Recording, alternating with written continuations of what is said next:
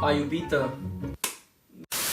No, bună seara, oameni buni! Bine ați venit la vlogul meu. Astăzi vom face Q&A. Vom vedea dacă eu am iubită, dacă mă căsătoresc și tot felul de chestii de genul mai mult sau mai puțin interesante. Hai să începem cu primele întrebări. Dacă ar fi să alegi între a-ți petrece viața la țară sau într-un oraș, ce alege? De curând am zis că, oricum lumea asta se îndreaptă spre nasol, sau poate am îmbătrânit eu și am început să am gânduri de-astea bătrânești. Dar cumva încă mă gândesc că la un moment dat probabil voi dori să plec undeva la țară, să mă mut la o casă cu nevastă mea, să fac acolo curte cu găini, cu porci, cu pomi, fructiferi, cu tot ce trebuie și să stau liniștit, să-mi trăiesc viața până nu-i da colțul.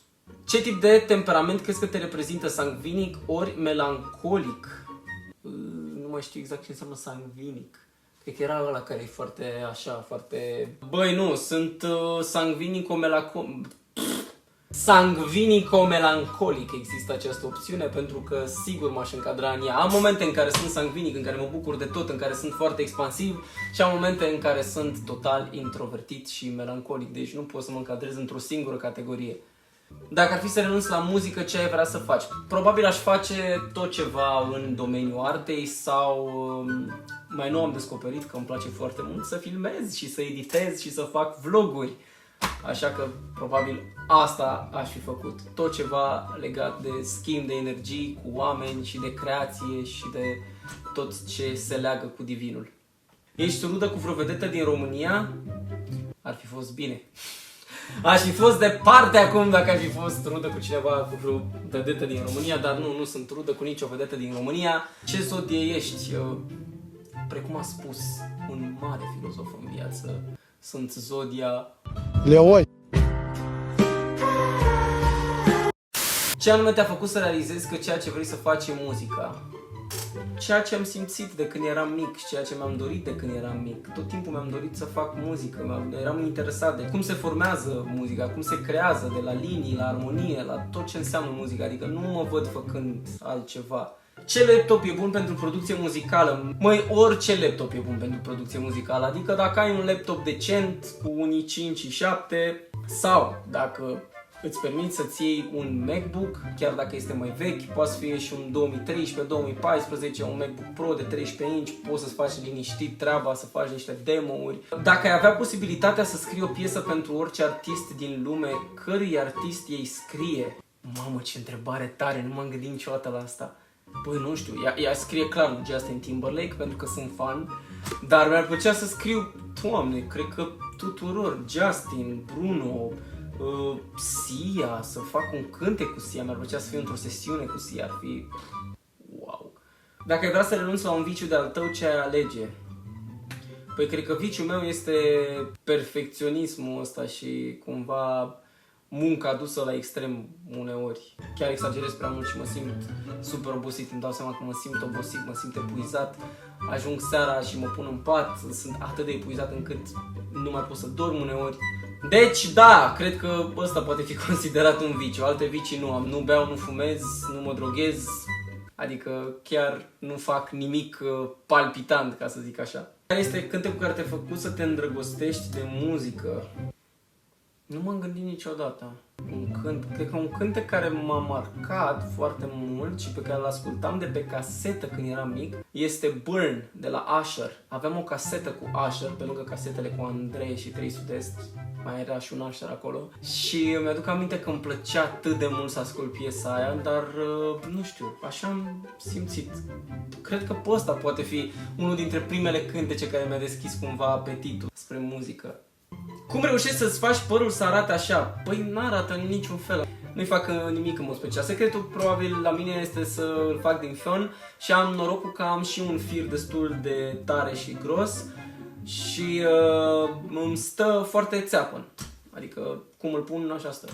Elo, câteva sfaturi pentru mici artiști care vor să se lanseze.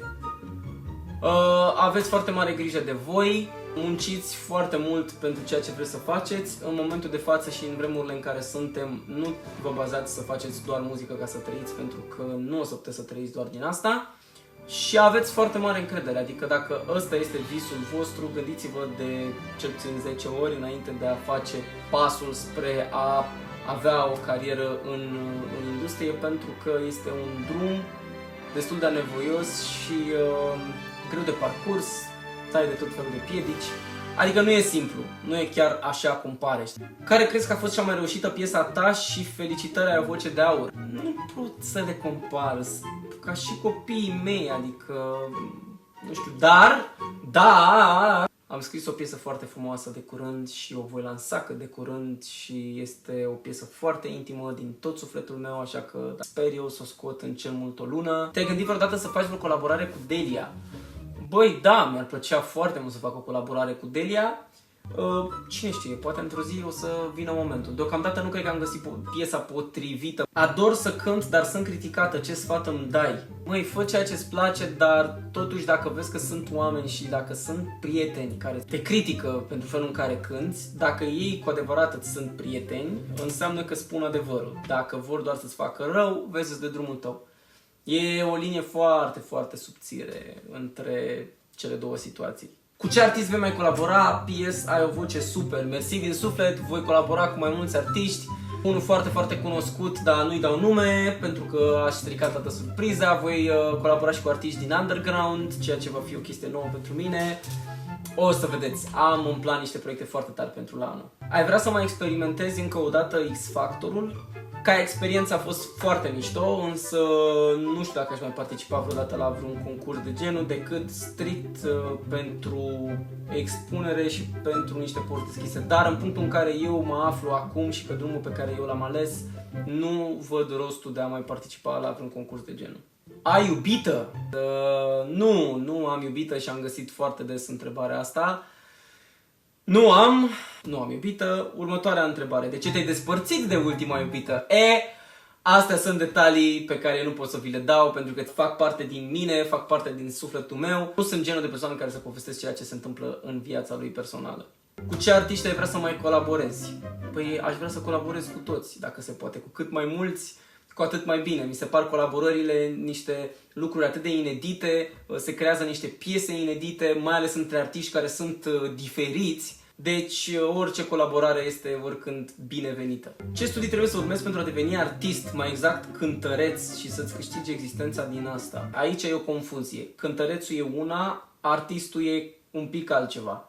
Părerea mea. A fi un artist înseamnă mult mai mult. Dacă vrei să vezi părerea mea despre ce înseamnă să fii un artist, uită-te în vlogurile mele anterioare.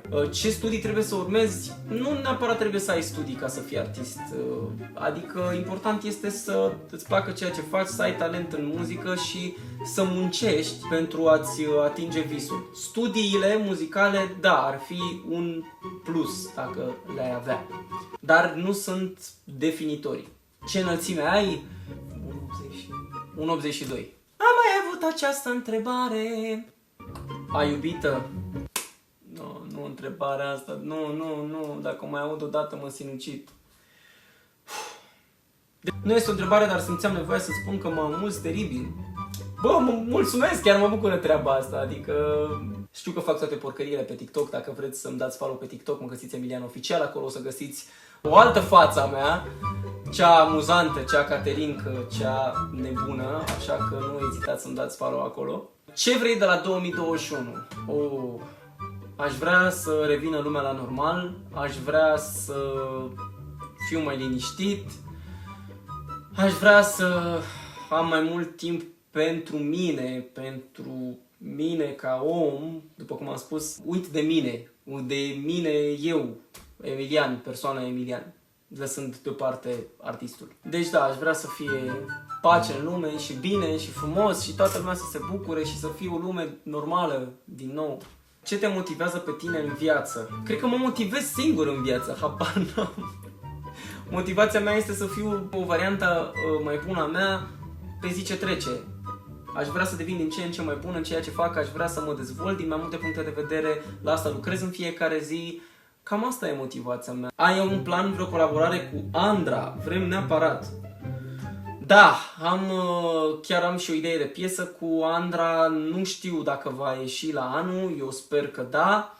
Dar o să vedem cum stau treburile, dacă mai vine vreun virus, dacă mai vine vreun uragan, Doamne ferește, altceva, batem în chitară, sperăm să nu mai vină nimic, să stăm liniștiți și să ne bucurăm de viață. Dragilor, astea au fost întrebările voastre. Dacă v-a plăcut acest Q&A, nu ezitați să dați un like, nu uitați să păliți cu putere butonul de subscribe, nu uitați să dați follow și pe Instagram, mă găsiți emilian.oficial, pe TikTok la fel, nu uitați să dați follow pe Facebook și foarte, foarte important, follow și pe Spotify, pentru că acolo pun piesele prima dată, așa că puteți să le ascultați înainte de a fi pe YouTube.